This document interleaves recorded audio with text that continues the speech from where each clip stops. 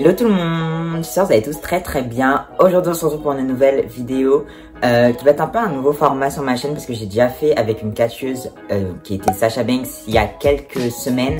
Et ben maintenant je le refais du coup avec une autre personne que j'aime beaucoup qui est Violetta, Tini ou tout ce que vous voulez. Avant que la vidéo commence, n'hésitez pas à me suivre sur mes réseaux sociaux, ça s'affiche à l'écran, bon en fait surtout sur Insta parce que les autres je sais pas grand chose. Et donc bah moi je vous laisse la suite de la vidéo.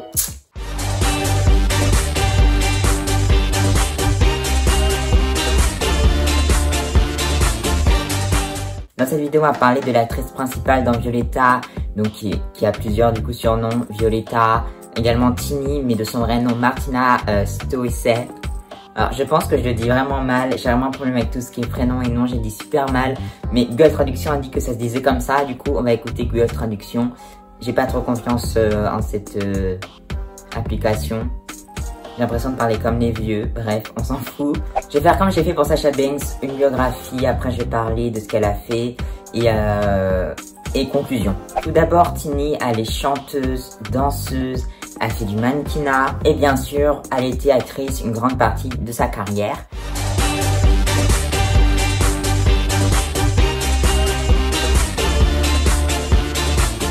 Elle est née le 21 mars 1997 en Argentine à Buenos Aires. Buenos Aires, oh là là, je sais pas dire tout ce qui est nom. Alors, Tini, c'est la fille de Mariana Muslera et Alejandro Stoessel. Elle a également un frère qui s'appelle Francisco Stoessel, qui est son aîné. Son père, il est directeur d'une émission télé de danse, donc Violetta, la danse, le chant. Donc ça commençait déjà par son père. Alors, à l'âge de 6 ans, elle commence des cours de piano, de théâtre et ensuite un peu plus tard des cours de guitare. Je sais pas comment elle a fait pour faire tous ces instruments. J'aimerais trop faire du piano, mais j'ai trop la flemme. Je pense qu'elle avait pas la flemme. En 2010, elle a repris une chanson anglaise en espagnol et grâce à ça, elle a pu être plus connue parce que c'est grâce à Disney Channel Latin America, je crois qu'il faut prendre l'accent, Latin America, bref, qui lui a donné un peu ce job. Et grâce à ça, elle a pu ensuite un peu plus tard devenir l'actrice principale de la série Violetta. Là, on va faire un gros chapitre sur Violetta maintenant.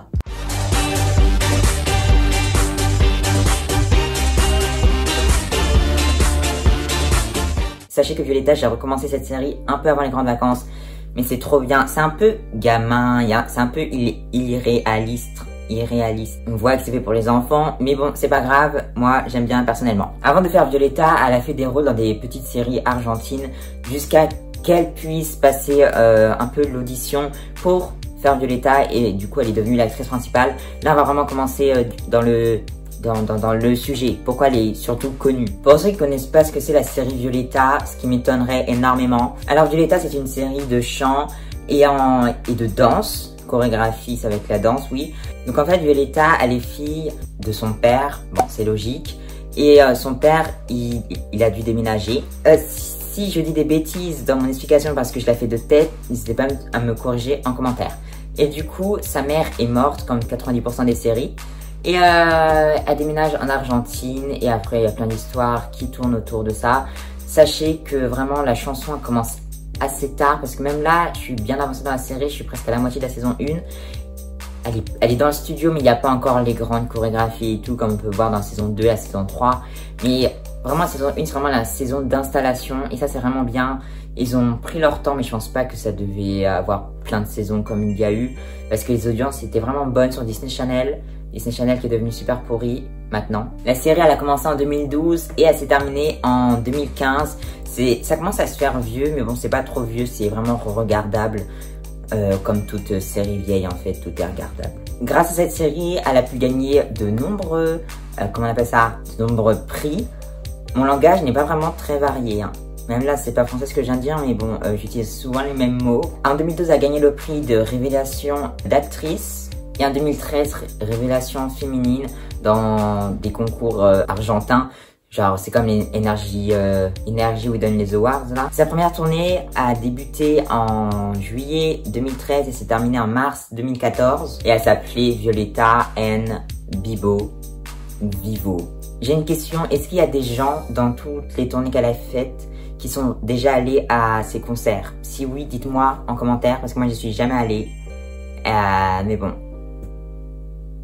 c'est la vie. Elle a été gérée de plusieurs marques, donc par exemple une marque de montres, également une marque de vêtements argentin. J'espère qu'on dit argentin parce que j'ai utilisé déjà plusieurs fois dans cette vidéo, ça se trouve on dit pas ça du tout. Également, elle a fait des défilés. Tini, elle a également écrit un livre qui s'appelle Simplement ma vie. En espagnol, on dit ça Simplemente Tini. Je vous dis des bêtises, c'est ma vraie vie, la traduction. Je sais pas pourquoi ça m'est venu comme ça. Je suis même pas espagnol, je sais même pas parler espagnol, je traduis de tête sur la fin. Du 3 janvier au 1er novembre 2015, elle va refaire une tournée qui s'appelle Violeta Live. Elle a fait vraiment plusieurs tournées, j'y suis allée à 0. Ça, il y a des trucs que je regrette dans la vie. Après, j'étais jeune, hein, je peux pas prendre le train seul, enfin, quoique même maintenant, j'aurais trop peur. L'argent. Parce que moi, si j'allais à son concert, c'était tout devant et non pas derrière. Pour moi, l'argent tombait du ciel à l'époque. Hein. Après la saison 3 de Violeta, elle a décidé d'arrêter la série. Et puis, bah, tout s'est arrêté. Je trouve que les dernières minutes sont assez tristes, la dernière chanson. Pourquoi je dis mon avis, on s'en fout, on raconte sa vie là. Bon, alors, après la fin de la saison 3, ils ont fait un film qui s'appelle La nouvelle vie de Tini. C'est Tini, la nouvelle vie de Violeta. Le nom exact du film. Et du coup, il y a eu une saison, 3 saisons de Violeta. Et après, ils ont fait le film pour conclure tout ça. Et ensuite, la Violeta, c'est terminé. Après, on devait l'appeler. Maintenant, elle s'appelle encore Tini. Elle fait des chansons et tout ça. Là, on va vraiment rentrer dans les détails. Tini, c'était vraiment... Enfin, Tini, le film, c'était vraiment les premiers débuts en tant qu'actrice dans un film. Parce qu'elle a fait des séries. Enfin, elle a fait la série Violeta, mais genre, je sais pas. Enfin, c'est différent de faire une série et un film. Parce qu'un film, tu prends un personnage pour le film. Tandis que la série, c'est super long ton personnage. Je sais pas si vous comprenez ce que je veux dire.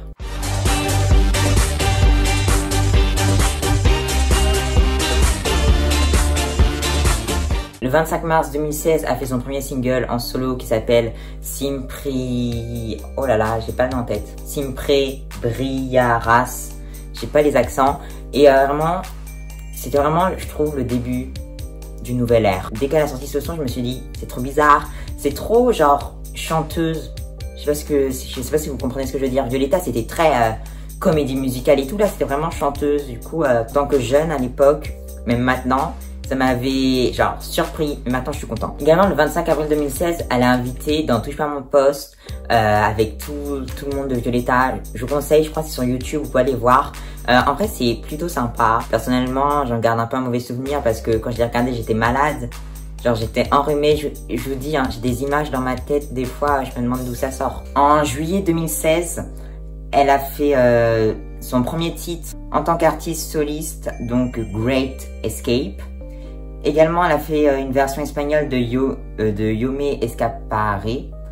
Là, je lis ce que j'ai écrit parce que je comprends rien. Enfin, si je comprends, mais je sais pas dire les mots comme ça, genre Yome Escapare, là, sans regarder comment on écrit. Et elle était devenue également l'égérie de la marque de vêtements Cher, j'en sais rien. Et elle a également été présentée au Energy Music Awards comme artiste internationale, meilleure artiste internationale.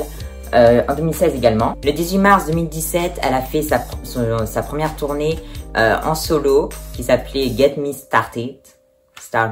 J'ai pas l'accent anglais. Donc sa tournée s'est faite en Espagne également, en Europe, en Amérique et en Argentine. C'était en 2016, on va faire un petit retour dans le passé, donc plus précisément le 29 avril 2016. Elle a sorti son premier album que j'ai bien sûr entre mes mains, tout ce qui est Violeta et tout, ils ont la poussière et moi et la poussière on n'est pas très amis. Je préfère les laisser dans le carton mais il y a des CD. Il y a même Soy Luna qui est mélangé avec. Bref, elle a fait son premier album en solo. Il est un peu pété parce que bah, il a un peu voyagé partout. Je l'ai emmené partout avec moi. C'était vraiment... J'écoutais que les chansons qu'il y a marquées là. Pas plus. Et Violeta, bien sûr. À l'heure d'aujourd'hui, c'est encore la seule personne que j'ai acheté son CD, son nouvel album, le jour même de sa sortie. Hein. Après, elle a fait 3 autres albums. Je vais faire un peu du futur là. Kielo Volver en 2018 et Tini en 2020. Ensuite, comme je vous ai dit, ces 2 derniers nouveaux albums, Tini et Kielo Volver. Faut vraiment que je développe mon accent dans toutes les langues là. Et bah, elle a fait des tournées, des concerts et tout. J'ai pas envie de tout vous dire parce que, enfin, après, ça décrit que ce qu'elle a fait, les noms de villes et tout ça. Moi, je m'en fous. Je pense que vous, ça vous intéresse pas vraiment parce que, on s'en fiche un peu, mais elle a fait des tournées. Là, on va parler un peu de ce qu'elle a fait également dans tout ce qui est le cinéma.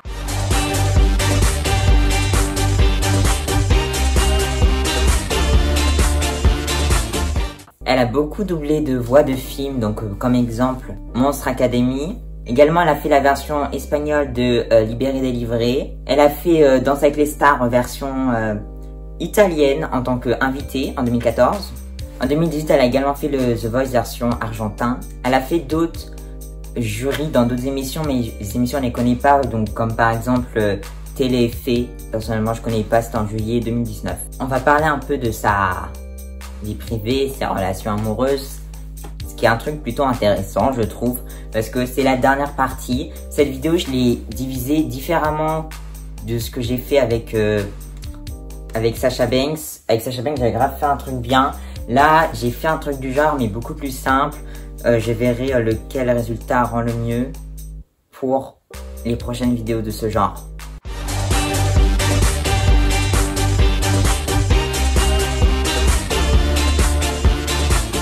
Comme je sais pas dire leur nom, ça va être Google qui va les dire parce que moi je sais pas dire. En 2013, elle commence une relation avec Juan Pedro Lanzani. Ah, je suis trop drôle. Mais en 2015, ils se sont séparés. Tini, elle a fait quelque chose de très mal, elle a ravalé son vomi. Pourquoi elle a ravalé son vomi? Parce que en septembre 2016, elle s'était mise en couple avec, j'ai oublié de mettre son nom dans Google, Pepe Barroso Silva. Voilà. Mais en 2018, elle annonce qu'ils se sont séparés. Mais en mai 2018, hop, ils se remettent ensemble. Et le 22 décembre 2018, ils se ils se séparent encore une nouvelle fois. Et on va continuer parce que ces relations ne durent pas bien longtemps. Le 10 juin 2019, elle se met en couple avec. Elle s'est mise en couple qu'avec des chanteurs, hein. À part Pepe à part avec Pepe Barroso Silva. Sebastián Yatra. Voilà, ils se mettent en couple. Mais en mai 2020, ils se sont encore séparés. Enfin, encore, non, c'était une nouvelle personne. Bon, ils se sont séparés. Du coup, voilà, c'est la fin de cette vidéo. Donc, comme vous le savez, c'est un résumé. Je vais pas tout vous dire. J'ai même pas dit plein d'informations, genre ces langues qu'elle parle et tout. Bon, si ça vous intéresse, ça parle espagnol, italien et anglais. Et il y a plein d'autres petites informations comme ça. Peut-être que plus tard, je vais en refaire avec d'autres personnes. Enfin, si je veux le refaire, peut-être que je dirai les petits détails, je sais pas, je verrai. Merci d'avoir regardé cette vidéo, n'hésitez pas à vous abonner à mon Instagram, abonnez-vous, likez, commentez si vous avez déjà été voir un concert de l'État. Et moi je vous dis bye à une prochaine vidéo, bye.